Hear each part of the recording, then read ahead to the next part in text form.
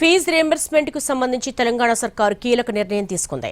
Reimbursement కు సంబంధించి 1-2 రోజులు కమిటీ వేయనుంది సర్కార్. ముఖ్యంగా ఫీజు రియంబర్స్మెంట్ రూల్స్ విషయంలో కఠినంగా ఉండాలన్నది ప్రభుత్వం ఆలోచనగా ఉంది. దీనికి సంబంధించి కమిటీకి కీలక సూచనలు చేయనుంది. ఇకపై ఫీజు రియంబర్స్మెంట్ నేరుగా విద్యార్థుల ఖాతాలోకి వేయడంతో పాటు ఆడిట్ చేసే ఆలోచనలు ఉన్నాయి. ఫీజు రియంబర్స్మెంట్ అర్హులైన విద్యార్థులందరికీ అందేలా చూడడంతో పాటు ఫ్యాకల్టీ, వసతులు, విద్యా ప్రమాణాల తనిఖీలను పెంచడం చేయనుంది.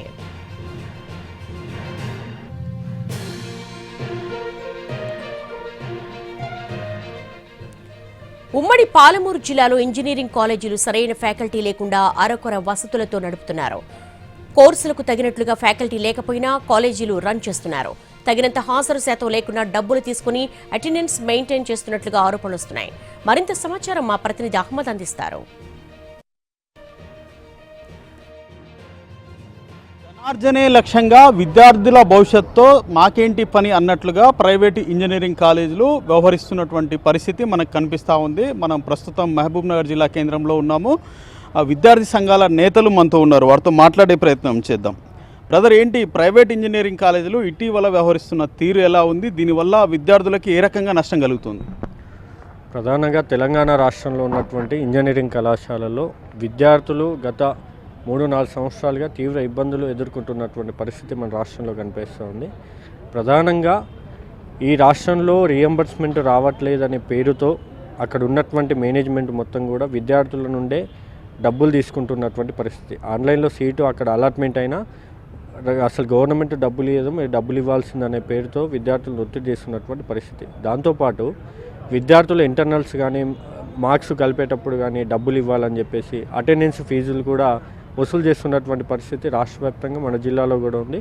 దాంతోపాటు సరైనటువంటి ఫ్యాకల్టీ ఏ ఇంజనీరింగ్ కళాశాలలో లేదు. పక్కనే ఉన్నటువంటి స్విట్స్ ఇంజనీరింగ్ కాలేజీలో మాబ్నార్లో ఈసారి ఇంజనీరింగ్ సీట్లు కేవలం 2 మాత్రం విద్యార్థులు రావడం జరిగింది. అంటే అంత నిర్లక్ష్యంగా ఇంజనీరింగ్ కళాశాలలో ఫ్యాకల్టీ లేకపోవడం ఒకటి, విద్యార్థులకు కనీసం ల్యాబ్లకు సంబంధించింది ఇతర మెటీరియల్ సంబంధించింది కూడా అందుబాటులో లేనటువంటి పరిస్థితి కూడా కనిపిస్తూ ఉంది. అదేవిధంగా న్యాక్ బృందాలు వస్తే కూడా ప్రైవేటు ఇంజనీరింగ్ కళాశాల వాళ్ళు ఏం చేస్తున్నారంటే ఈ న్యాక్ బృందానికి డబ్బులు ఇచ్చో లేకపోతే వేరే బయట వ్యక్తులకు డబ్బులు ఇచ్చి నాకు 1++ లేకపోతే A++ అనే విధంగా వాళ్ళు డబ్బులు ఇచ్చి మా గుర్తింపు ఉంది, మాకు అటానమస్ ఉంది, అది ఇదని చెప్పేసి దోపిడీ చేస్తున్నటువంటి విషయం అయితే మేము చూస్తూ ఉన్నాం.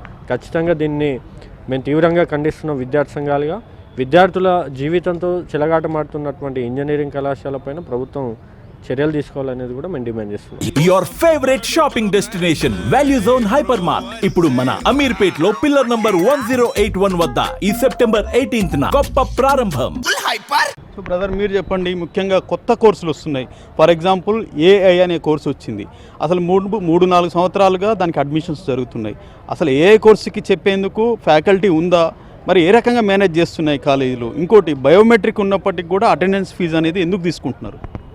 ఈరోజు తెలంగాణలో ఉన్నటువంటి ఇంజనీరింగ్ కాలేజీలు అన్నీ కూడా ఫీజు రియంబర్స్మెంట్ కావాలని చెప్పి సెప్టెంబర్ 15 నుంచి ఏ విధంగా అయితే మేము బంద్ చేస్తామని ఒక గవర్నమెంట్కు డెడ్ లైన్ విధించిండ్రో ఆ విధంగా కూడా మన ఇంజనీరింగ్ కాలేజీలో కూడా ఏం చేస్తున్నారంటే చాలామంది ఈ AI అనే కోర్సు కొత్తగా 2-3 ఇయర్స్ నుంచి వచ్చింది. ఈ కోర్సు పెట్టడమే 2-3 ఇయర్స్ నుంచి పెట్టింది. దాని క్వాలిఫికేషన్ అంటే దానికి చెప్పడానికి ఏ విధమైన క్వాలిఫికేషన్స్ ఉండాలి, వాళ్ళు ఎక్కడి నుంచి వచ్చిన ఫ్యాకల్టీ అంటే ఈ బీటెక్, ఈ ఎంటెక్ వాళ్ళకి చెప్పే లెక్చరర్స్నే వాళ్ళకి పెడితే ఆ AI అనేది ఒక కొత్త కోర్సు. అలా దానికి సంబంధించినటువంటి మన ఆచార్యులు కానీ ప్రొఫెసర్స్ కానీ ఎక్కడి నుంచి చేస్తున్నారు, వీళ్ళ సర్టిఫికేట్లు ఫేక్ సర్టిఫికేట్స్ పెట్టే అన్ని ఇంజనీరింగ్ కాలేజీలు కొత్త కోర్సు పేరుతో దానికి ఒక్కొక్క విద్యార్థి మీద లక్షల ఫీజు రియంబర్స్మెంట్ రూపంలో కానీ అట్లా విద్యార్థి తల్లిదండ్రుల నుంచి కానీ తీసుకొని నానా గోసాలు పెడుతున్నారు. ఫీజు రియంబర్స్మెంట్ కూడా ప్రభుత్వం రిలీజ్ చేయక కోర్సు అయిపోయిన విద్యార్థులు 2-3 ఇయర్స్ నుంచి ఫస్ట్ బ్యాచ్ ఆల్రెడీ అయిపోయింటుంది నాకు తెలిసి.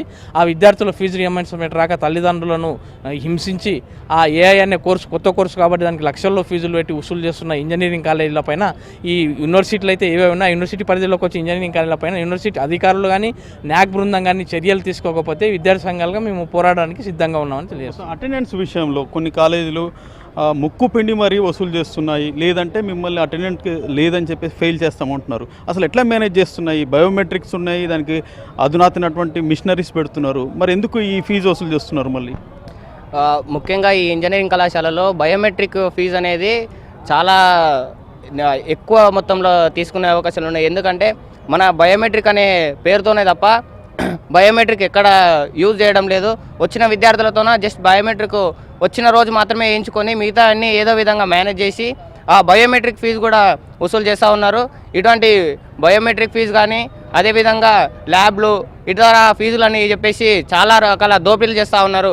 ఇలాంటి దోపిడీ చేస్తున్నటువంటి ఇంజనీరింగ్ కళాశాలలపైన మన యొక్క రాష్ట్ర ప్రభుత్వం తక్షణమే చర్యలు తీసుకొని ఈ యొక్క కళాశాలలను మూసివేసే విధంగా ప్రయత్నం చేస్తే బాగుంటుంది.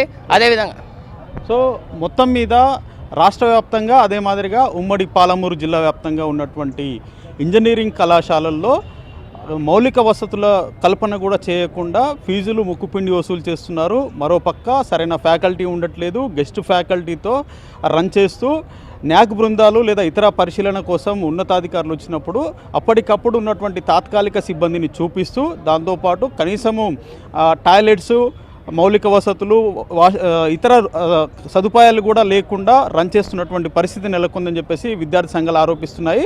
మరోపక్క బయోమెట్రిక్ సిస్టమ్ ఉన్నప్పటికీ కూడా అటెండెన్స్ ఫీజు పేరుతోటి 15 నుంచి 20 వేల వరకు వసూలు చేస్తూ లేదంటే మిమ్మల్ని ఫెయిల్ చేస్తామని చెప్పేసి నిర్దాక్షిణ్యంగా చెప్తున్నటువంటి సిచ్యువేషన్ ఉందని చెప్పేసి కూడా విద్యార్థి సంఘాలు చెప్తున్నాయి. వీటన్నిటిపై తక్షణమే ప్రభుత్వము పరిశీలన చేసి చర్యలు తీసుకుంటే బాగుంటుంది. లేని పక్షంలో మేము విద్యార్థి సంఘాలుగా ఉద్యమిస్తామని చెప్పేసి హెచ్చరిస్తున్నాయి. వీడియో జర్నలిస్ట్ సందీప్తో హైమద్, ఎన్టీవీ, మహబూబ్ నగర్ నుంచి.